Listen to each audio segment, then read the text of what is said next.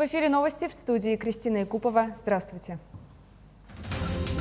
В Амгинском районе готовятся к половодью, созданы пункты временного размещения эвакуированных. Современные методики и технологии, нетрадиционные методы лечения применяют в Якутске. В картинной галерее школы искусств Мирного установили памятную доску Галине Степановой.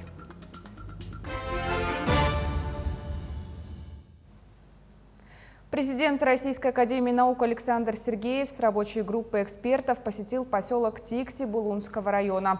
Первым делом делегация отправилась на ветряную электростанцию, построенную в 2018 году Русгидро совместно с японской компанией «Неда». Далее Александр Сергеев осмотрел полярную геокосмофизическую обсерваторию, предназначенную для проведения непрерывных геофизических измерений в меридиональной цепочке комплексных пунктов. В состав обсерватории входит научный приборный парк, а также станция ракетного зондирования атмосферы. Также президент Российской академии наук принял участие в круглом столе по теме климатического испытательного полигона в Арктике и развитию альтернативной энергетики. Более 900 человек получили постоянную работу благодаря проекту «Занятость на селе». С 2019 года проект, направленный на снижение уровня безработицы и создание условий для трудоустройства сельского населения, запустили в Горном, Оленёкском, Хангаласском районах и продолжили в Намском районе. За этот период создано 288 новых рабочих мест. Кроме того, помощь в трудоустройстве оказали около 3000 безработным и незанятым гражданам. Учитывая успешный опыт реализации проекта в этом и следующих годах, правительство Якутии приняло решение реализовать проект в Булунском и Эвено-Батантайском районах. Пункты размещения людей на случай чрезвычайных ситуаций во время половодья готовят в Амгинском районе Якутии. Всего их будет 6, они рассчитаны на 410 мест. На данный момент главы наслегов заключают договоры с водителями маломерных судов для перевозки жителей в период прохождения весеннего половодья. Вскрытие рек Лена, Амга, Алдана и Вилюй ожидают в первой и второй декаде мая. Кроме того, в районе утвердили план мероприятий по отгону крупного рогатого скота, лошадей и домашних животных в заранее подготовленные места. Также обновили информационно-справочную базу единой дежурно-диспетчерской службы района по населенным пунктам, подверженным подтоплению. К другим темам. 28 случаев коронавирусной инфекции выявили в Якутии за последние сутки.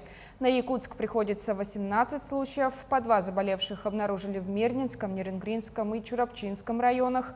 По 1 инфицированному зарегистрировали в Алайховском, Мегино-Кангаласском, Нюрбинском и Усть-Алданском районах. За сутки лаборатории республики провели 1719 исследований.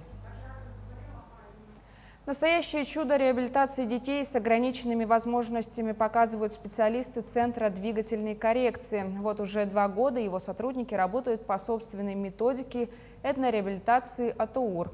Главной особенностью которой является работа с биологическими ритмами больного. Подробнее в материале Саргыланы Неустроевой. От работы с Ильей, по словам его матери, отказывались все врачи. У мальчика тяжелый случай детского церебрального паралича. Ко всему прочему, все это сопровождается и другими болезнями нервной системы. До встречи с Центром двигательной коррекции Илья практически не двигался и не реагировал на действия окружающих. Тут мы постоянно занимаемся по выходным, и у нас хоть какие-то, но маленькие успехи есть. Он стал улыбаться. Потому что до этого у нас улыбка была на пол лица. А сейчас он полностью улыбается, зубы показывает. Потом эмоционально у него вот эти появились, например, сладкое поел или что-то это. У нас вот это. Раньше этого не было. Но плюс ко всему этому у нас еще вес набрали. Потому что лет 5 мы не могли вес набрать по той, что у нас нервология. Занимаются с Ильей уже 2 года, при этом совершенно бесплатно в рамках благотворительного проекта «Протяни руку». Сейчас на постоянной основе специалисты этнореабилитации работают с 3 детьми с тяжелыми заболеваниями. Вот так вот простукиваем суставы. Этот ритм проходит в головной мозг и по всему телу. Мы задаем определенный ритм. И тогда, видите, рука начинает, сейчас он будет сгибать ее. Каждый сустав имеет свое предназначение.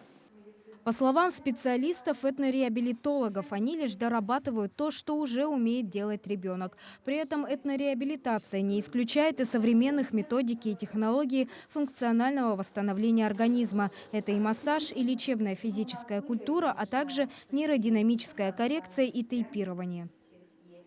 Как проводится наша диагностика? Во-первых, она визуальная. Мы наблюдаем за движением тела, работой мышц, суставов, привычными позами, автоматическими движениями. Ну и вторая часть нашей диагностики – это диагностика ритма, то есть изучение двигательного ритма. Попасть на прием к этнореабилитологам очень просто. Достаточно позвонить и записаться. В настоящее время создатели необычной технологии участвуют в конкурсе на получение гранта не только по работе с детьми-инвалидами, но и с теми, кто перенес COVID-19. Сарглана Неустроева, Григорий Хлопков, Якутск. Третий республиканский ГИС-хакатон открыл свои площадки в столице региона. Мероприятие считается марафоном разработок в области геоинформационных технологий. С новыми разработками, которые, возможно, скоро плотно войдут в нашу жизнь, ознакомился Дмитрий Тымыров. 138 участников и 36 команд. Это не только представители региона, но и участники из других субъектов страны. Часть мероприятия, по словам организаторов, будет проходить на площадке Zoom. Мероприятие будет идти 3 дня. Сегодня у нас считается нулевым днем. День открытия, день, когда ребята выбирают кейсы. Мы собрали 12 кейсов, которые были представлены от различных органов власти, от наших спонсоров, от наших технологических партнеров. Подготовленные кейсы тесно связаны с вопросами улучшения жизни в городе, с развитием городского пространства, созданием интернет-площадок, обмена мнениями и другое. Основной спонсор и партнер мероприятия 2GIS подготовила для ребят сразу несколько кейсов. Мы в данном случае предоставили 5 кейсов. Первый кейс – это насчет городского транспорта.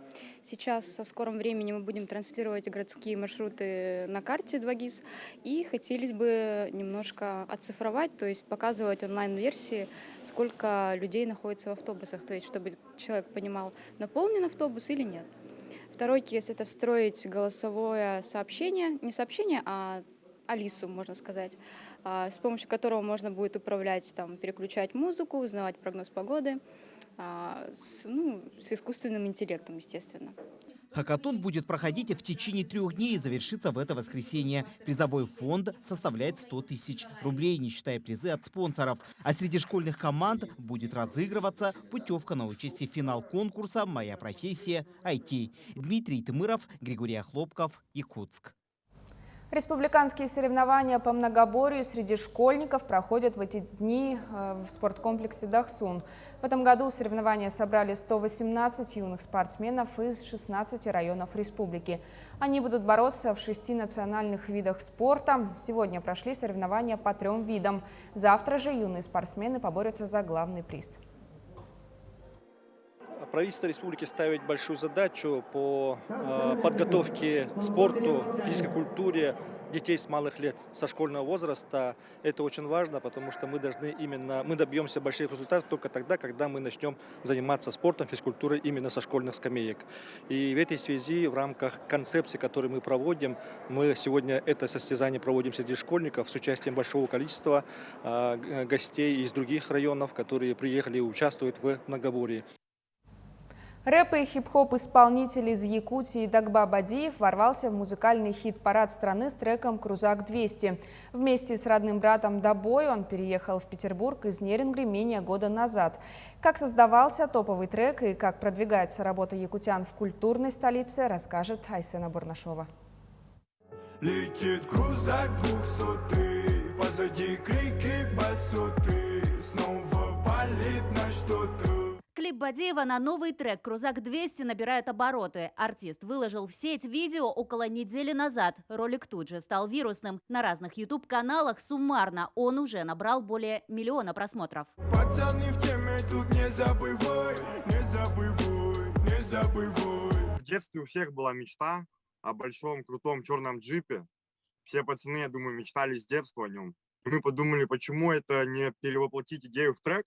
и чтобы уже люди под трек мечтали о таком джипе и стремились, типа, чтобы его получить. Композиция покоряет и российские чарты. 49-я позиция в Apple Music, топ-200 в Shazam. Трек разрывает и Spotify. ВКонтакте Крузак Бадиева и вовсе на втором месте, обогнав песни известных российских исполнителей. Насчет трека «Крузак 200», он создался очень легко и быстро, я так скажу. За 2-3 дня мы его создали. У нас есть свой битмарь, это звукоинженер, да? Саунд-продюсер Дмитрий Мунчик с Иркутска. И также, в принципе, остальные, это все близкие друзья с Нерюнгри. Мы вместе все сюда приехали и всех своих подтянули в Санкт-Петербург. Дагба создает текста и звучание, за аранжировку и инструментал отвечает команда. Всего в ней работает 10 человек. Недавно ребята подписали контракт с лейблом Rhymes Music. Дела идут в гору, делится музыкант. Всего же у Дагбы Бадиева насчитывается более 20 песен. «Самурай», «Чудеса», «Нелегко» – эти треки мог слышать каждый. В рэпе Бадиев уже 6 лет. Свое творчество музыкант называет простым и понятным для всех. Изучали всю эту систему музыки, учились петь. Брат также занимался вокалом. У него была своя группа в Нерюнгри. Он преподавал, так скажем. И в то же время учил меня петь. Впереди у Бадиева выступление в Москве. В планах выпуск альбома. Дагба и его команда также не против поработать и с якутскими исполнителями. Не исключено, что следующий трек будет в этностилистике. Всем привет! Это братья Бадиевы. Мы самый большой привет хотели передать нашей маме. Мамуль, привет, любим, скучаем. И также мы хотели бы передать привет Якутии, Бурятии. Это наши дома, наши люди там тоже живут. Всем огромный привет, всех ребят. мы любим. Айсена Бурнашова, Джур Березкин, Москва, Санкт-Петербург. Мирнинской картинной галерее присвоили имя Галины Степановой, заслуженного работника культуры России и Якутии. Инициаторами стали коллеги, которые десятки лет проработали с Галиной Романовной. В преддверии Дня работника культуры в картинной галерее детской школы искусств состоялось открытие памятной доски-вывески. Ришат Юзмухаметов, глава Мирнинского района, подчеркнул, что Галина Романовна посвятила культурной жизни Алмазного края более 30 лет. Ее помнят как мудрого руководителя и наставника, преданного своему делу. Галина Романовна долгие годы, с 1987 года, руководила районным отделом, потом управлением культуры. И не случайно ее имя было присвоено именно картинной галерее детской школы искусств, потому что благодаря ее усилиям, благодаря ее настойчивости воплотились идеи многих творческих людей о том, чтобы было место, где можно проводить выставки. В ноябре 2000 года была открыта вот эта картинная галерея. Мы продолжаем следить за развитием событий. Оставайтесь с нами, берегите здоровье.